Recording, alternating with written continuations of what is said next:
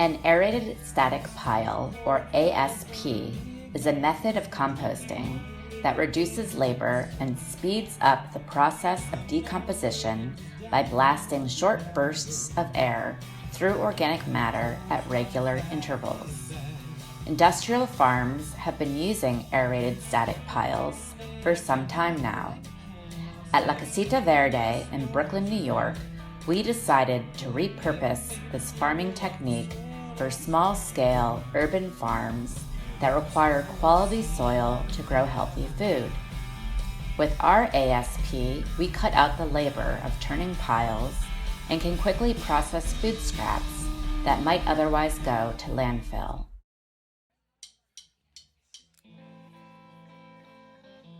First, you will want to use a miter saw or circular saw to cut all of the wood pieces that you will need. Cut 81 pieces of 2x6 to 48 inches or 4-foot lengths. If you are using 2x6x12, you will get 3 pieces out of each 12-footer. Set these aside in groups of 3. These will become the sides and back of your bin. While you have the saw set up, go ahead and cut the remaining 2x6s into 44 3/4 inch lengths. You will need 24 of these. They are the removable front slats of the bin. Now, let's move on to the 2x4 material. Using 2x4x8s, you will need to cut 6 pieces 48 inches long. These are the back corner reinforcement pieces. Use the remaining 2x4x8 material to cut 12 pieces 44 inches long. These are the front cap pieces and the guide piece for the removable front slats. If you are putting a wire mesh bottom on these bins, which we recommend if you are not placing your finished bins on a concrete pad, you will use the material from this list to cut 3 2x4x12s into 9 48-inch pieces. Now, using the 3 2x4x8s, cut 12 pieces at 18 3/4 of an inch. Okay, let's move on to cutting the pieces for the lids. The easiest and most accurate way to do this is using a miter saw. You will need to set the saw to a 45-degree angle and take all of your measurements of the point of the angle cut. If you are using a circular saw, mark a 45-degree angle on the end of a 2x4 with a speed square and then cut. Whichever method you are using, you will need to end up with the 12 pieces that are 48 inches long, from the long point of the angle to the long point of the angle. These will be cut out of the 2x4x12 material. You will be getting 3 pieces out of each 12-footer. Finally, take the last 3 2x4x10s and cut them into 25-inch long pieces. Again, these need to be cut from the long point of the angle. Finally, we have 3 cuts left to make and you'll be done making sawdust. We now need to cut the angled pieces for your bins. Take 6 of the 2x4x48-inch pieces that you cut earlier. On one end, measure 1/2 inch and make a mark. Now, take a straight edge and draw a line from that mark to the far end opposite corner of the piece. Using great care with a circular saw, cut along this line. That's your top angled piece. Repeat this step until you have 6 pieces 48 inches long that taper from 1/2 inch to the full size of the 2x6. That's it, you're done making dust. Let's build these things. Take 3 of the 2x6x48-inch pieces and screw them together into a U shape. Take care that the back piece is attached to the ends of the side pieces. As you build, stack them on top of the other until you have 3 stacks that are 8 pieces high. Pro tip, pre-drill the screw hole to avoid splitting the wood. Now, take one square 48-inch piece and 2 of the tapered pieces. Screw the 48-inch piece back to the wide end of the tapered sides. Make all 3 of these and place them on the top of your stack. Take the 48-inch 2x4 pieces that you cut for the rear inside corner support and align the back of the bins in both directions.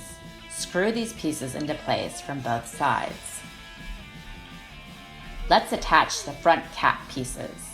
Using the 2x4 by 44-inch pieces that you've cut, take one and line up all 8 of the side pieces so that the end piece is flush with the outside of the side walls. Attach the front cap with screws. Repeat for all bins. Now we need to attach the front slat guide pieces inside the bin. Measure back from the cap piece you just installed and mark a 1/5/8 of an inch inside the bin at the top and bottom. Take the slat guide piece, align with these marks and screw it into place. You should now be able to place the slats in this track you have created. You won't want to do it just yet, but it's a good time to check that everything fits. If you're putting a bottom on, now's the time. Place 2 of the 48-inch angle pieces and 2 of the 25-inch angle pieces on the ground or a table so they make a rectangle. Folding one of the corners together, drive a 2.5-inch screw from the outside so it attaches the corner together. Do this for all 4 corners. Place an inside corner brace inside the corner and attach with 1 5/8-inch screws. When you are done with this, you should have a solid rectangle that is 48 inches by 25 inches. Continue this until you have assembled 6 of these.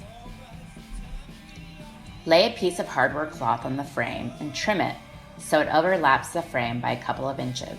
Attach the hardware cloth to the frame with 1 5/8-inch screws and 1-inch fender washers. Do this for all 6 frames. Finally, put 2 of the frames on top of each bin and attach them to the back of the bin and to each other with the galvanized hinges you have. Voila!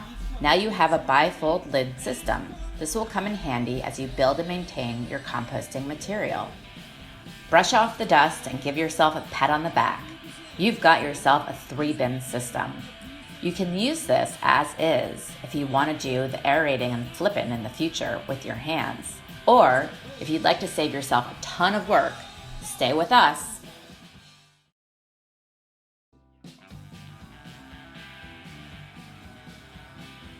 Before you begin to assemble the PVC manifold, you will need to cut 4.5-inch holes in the second from the bottom 2x6 slat on the back of each bin.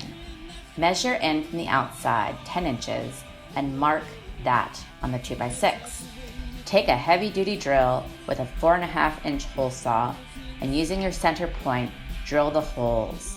Be very careful doing this. Go slowly and steadily. Make sure the cord is not wrapped around your hand or foot. It is easy to jam the drill while doing this, which can cause the tool to swing around rapidly. If you do jam the tool, take your finger off the trigger, remove the drill, and start again. Do not do this with the drill in the locked position. It's worth mentioning that there's no need to glue the PVC together. It will hold together fine and not leak enough air to make any difference.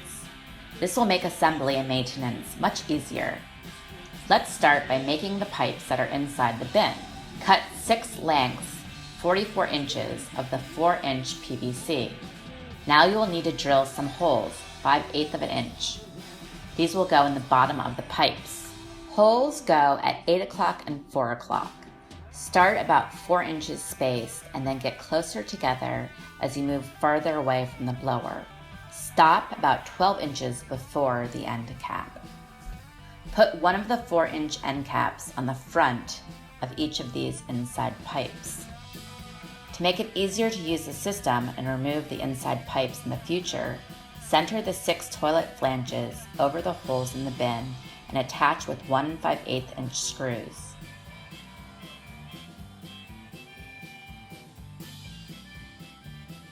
Stick the inside pipes into the flanges so the holes are facing down. Now we are ready to build the manifold. First, cut 4 short pieces of PVC 6 to 8 inches and stick them into both sides of 2 knife valves. How long you cut these will depend on your site needs. Take the overall measurement of these assemblies, make sure they are the same, and cut 4 more pieces of 4-inch PVC to this measurement. Place the 2 assemblies in the 2 holes that you have drilled in the back of the center box. It might take some wiggling, but stick them in all the way. Do the same with the other 2 bins with a pipe you just cut. Place 2 T's horizontally on the assemblies coming out of the center bin. Hold a T in between these with the T side pointing up and measure for 2 pieces of 4-inch PVC to connect them. Cut and connect. Into the center T that is pointing up, you will need to cut a piece of 4-inch PVC and attach your blower fan. This can be any height, so pick what works best in your situation. At this point, you'll be able to turn the fan on and blow air into the center bin, and by closing the 2 knife valves in your assembly, the airflow will stop as well. To hook up the 2 outside bins, you will need to assemble 2 arrays that are exactly the same, just in a mirror image of each other. Start by placing a 4-inch PVC elbow on the outside pipe of one of the outside bins. Next, place a 4-inch PVC T on the inner pipe. Measure the distance between the 2. Cut a solid piece of pipe and put it in. You will now be looking at space between 2 T's. You will need to make a knife valve assembly similar to the 2 you made for the center bin that fits between these 2 T's. Repeat this last step for the other outside bin. Plug the fan into the timer and set it to blast air for 30 seconds every 30 minutes. You may need to adjust this time as you compost and understand the needs for your system. You're ready to go. Happy composting!